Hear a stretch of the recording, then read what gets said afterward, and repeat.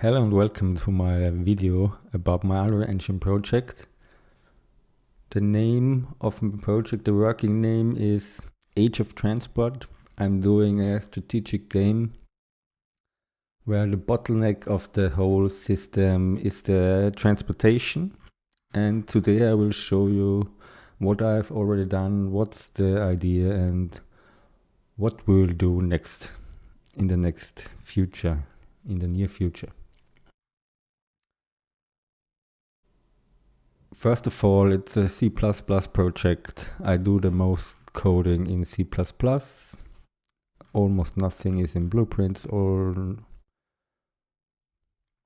but maybe I will do later more small things in Blueprints, but the base of the whole project is C++ code, like you can see. But we begin to start the engine. We want to see what we already did and what is working. We produced a transportation system where characters can carry around materials from one building to another, and that is full automatically. So the buildings have pickup requests and demand requests. And if a building has a demand request, it will be delivered from a storage building or from another producing building, but we will see. So we started the engine. You can see there is not a lot of things right now in my world, so I just implemented the code and the logic of the transport system, and now I will show you how it works. So we can see here our items. We didn't produce anything right now, and when I press B for the building menu, we have here a list of buildings we can build. First with the storage building. I think the storage building is self-explained. You can store items there or materials there. Then with the mining building means that it's mining resources, but does not need any input products. So we build a mining building here. So you can see nothing is happening right now. They are doing their thing, but you can't see anything.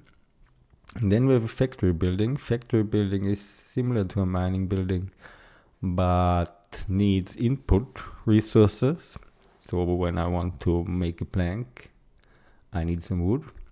On the top here you can see the mining building is already producing wood in its outgoing storage, but it stops with 10 because nobody is putting the wood away from the outgoing storage, and so it's stuck.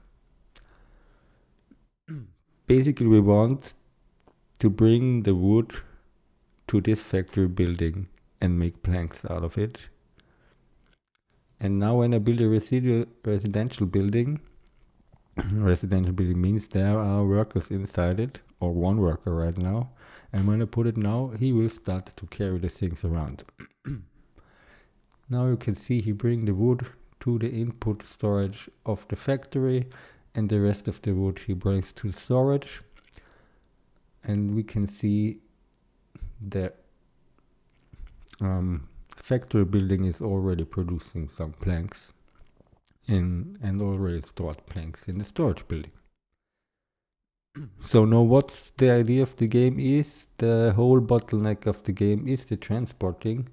So for example, a storage building doesn't only store a specific amount of items, it also has all items and all materials also have a weight and a volume.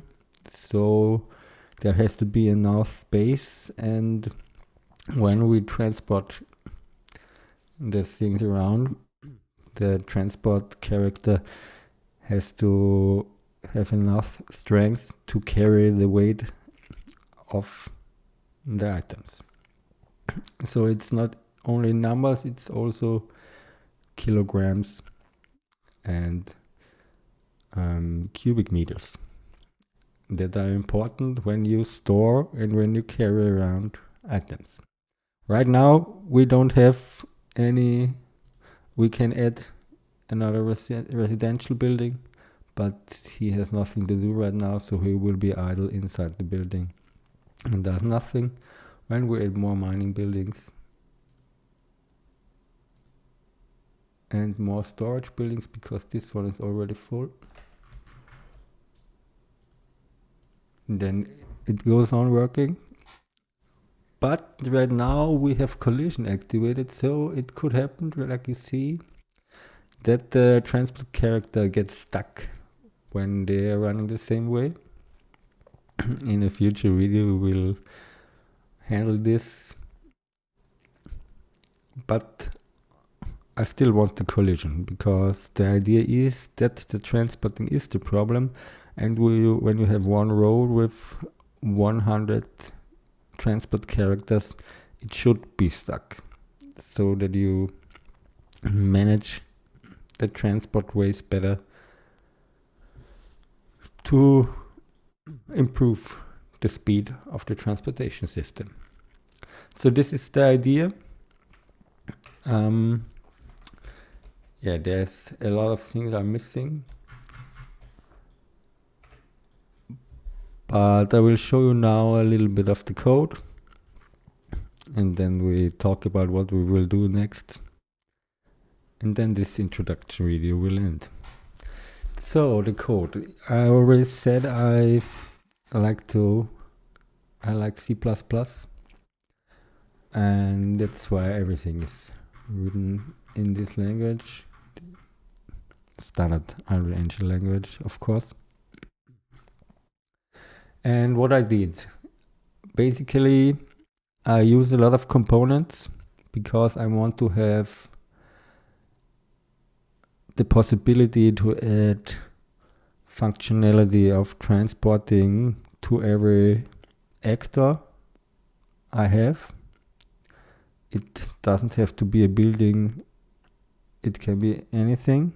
Right now they are buildings, of course, but I split the logic of transporting and the building logic. Therefore I add a component to the building, a transit component for example, and then we have the functionality to transport things around. For example, I have the storage building. You can see the storage building itself doesn't have any functionality right now, but I add a transit component and I add a storage component. That means, what is a storage component in that case? A storage component has a tmap with the storage, where I save how much material is stored there. A storage component has a material type filter. You can choose what materials are stored in this storage. For example, when you have a storage for everything, it will get stuck because transport characters will bring all the collected wood inside the storage, and then it's overfilled.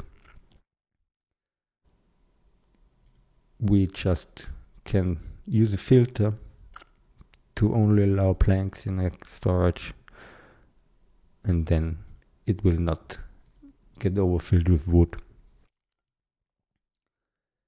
Yeah, basically the storage component just adds this functionality to add some items into an actor and check out if there is some free space. So the storage component is for storage buildings, and then we have a transit component. The transit component is for every building who wants to receive items or send items or materials away. So in this case, we have outgoing transit and the incoming transit.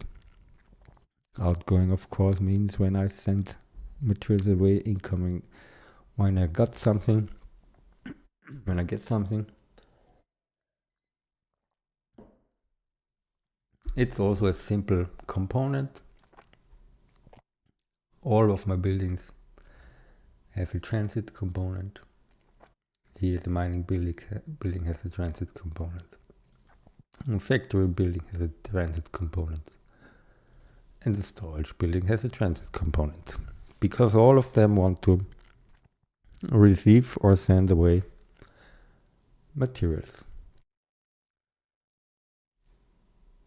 So then I have the demanding component.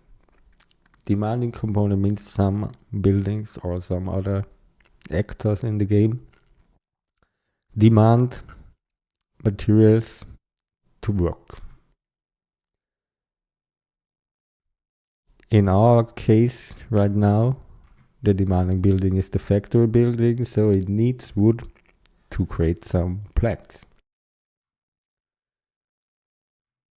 So the demanding component saves the material what is needed for production and demanded from the logistic system. Here we have the send demand request, and our logistic system receives this request and will find out if there is enough material in other pickup requests or in storage buildings, and will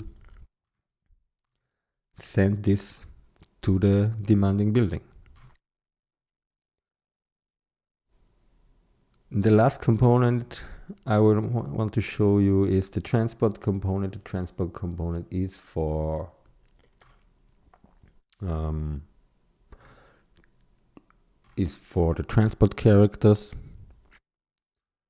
and basically contains the logic how they are working and how they get requests and execute the requests, because of course there are delayed functionality, because when he gets the request, the transport character has to go to the building to collect the materials, and then there is a pause because he has to go to the receiving building, and then he can finish the request and then go back to his home building if there is not any other request to do. Somehow this logic is here. We start the logistic request. We reach the target and check out how far we are in our current request, and if we have finished our request, we go home or we take another request. Because when we are idle here, when our character has the idle request type, then he is open for new requests, and the logistics system will give requests to idle characters when they are free and when there are any requests to do. If all storage buildings are full and all production buildings are full, then there is nothing to do for transport characters. Yeah, I will not go into detail. Maybe we can do it in another video. I just want to show you the basic logic of my program. So because I talked a lot about the logistic system, this is one class where every requests are handled. It's very complicated one. Basically, we loop around all requests the entire time and check out if any request can be fulfilled. We have pickup requests and we have demand requests. Pickup request means if you are a producing building, like a mining building, you send a request to the logistics system that anybody should pick up the item and give it to a storage building or any producing building.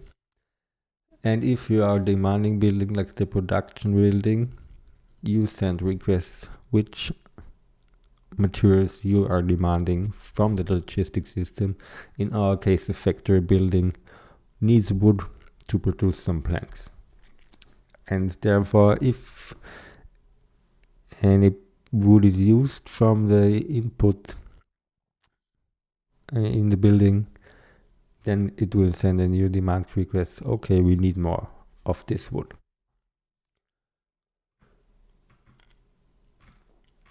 And so you can see it's a lot of code. This is because I have added some functionality to make this logistics system a little bit smarter. So when you send a pickup request, for example, and there is already the same pickup request in the request queue with the same items and the same sending building, then it will just be added to the existing request, so we don't have identical requests in our request queue. And when we have pickup requests and demand requests with the same material, the demand request will take the items from the pickup request and bring it to the production building. That means if the mining building for wood is full and there is no storage building but a producing building, the transport characters will bring the wood directly from the mining building to the production building. There is no need of a storage building in that case. So there are also more functionality, for example, the split. If a transport character can't carry enough to fulfill the entire request, then it will be splitted. So, for example, a character only can carry 5 items, but the request requests 10, then it will be split into 2.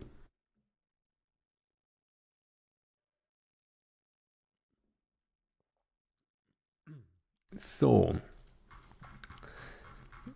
that's the logistics system. We have also a population system, but it's not very far. Basically, it manages the transport characters.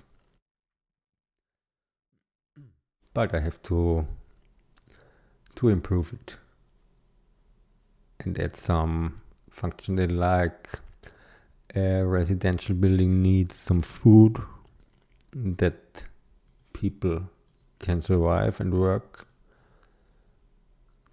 and then we get like a cycle economy if they are using food to work, and then we have a steady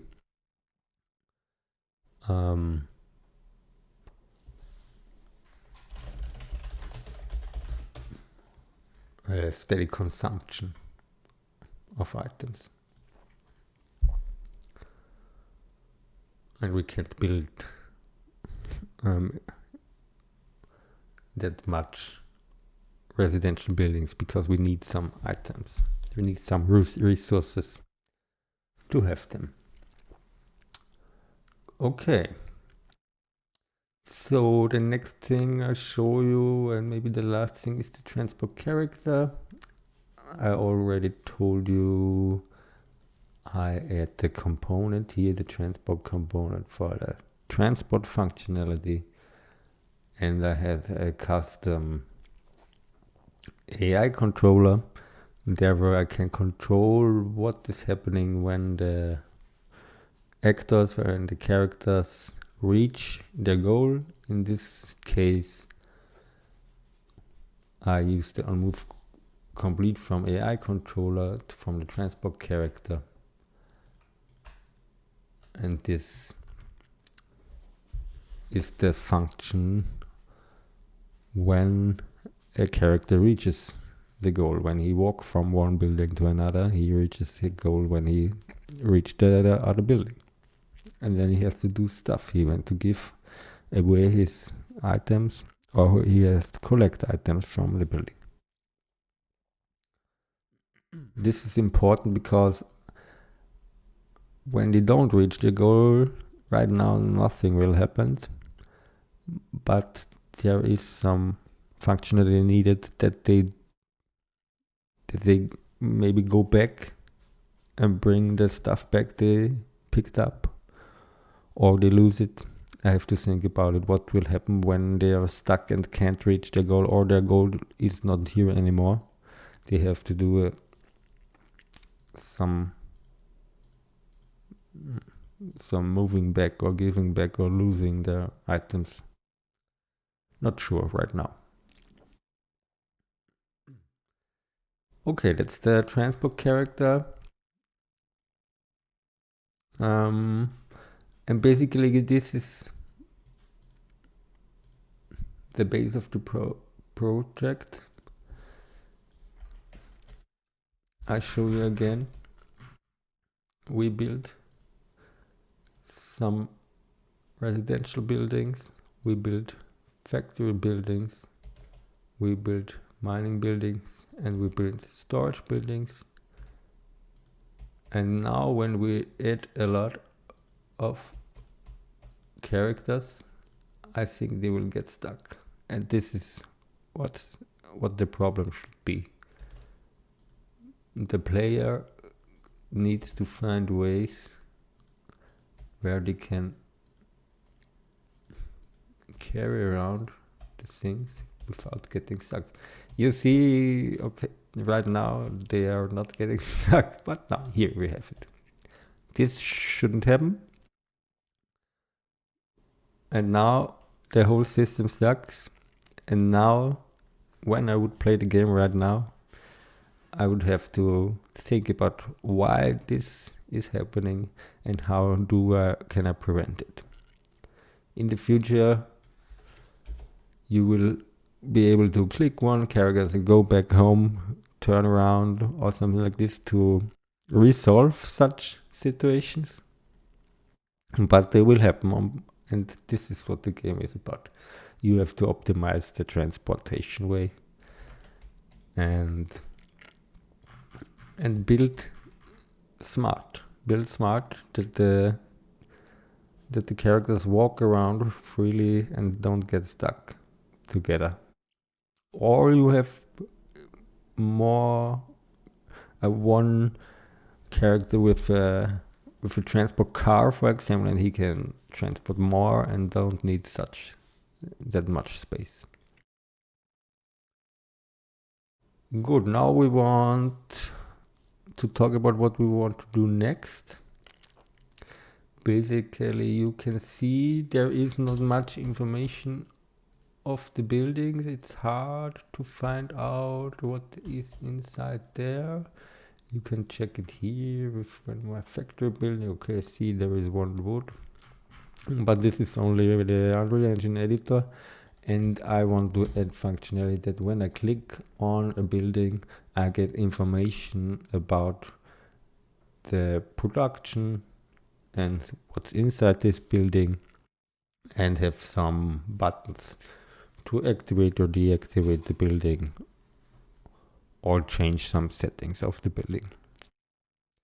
This will be in the next video, so therefore in the next video we will do some widgets. I already prepared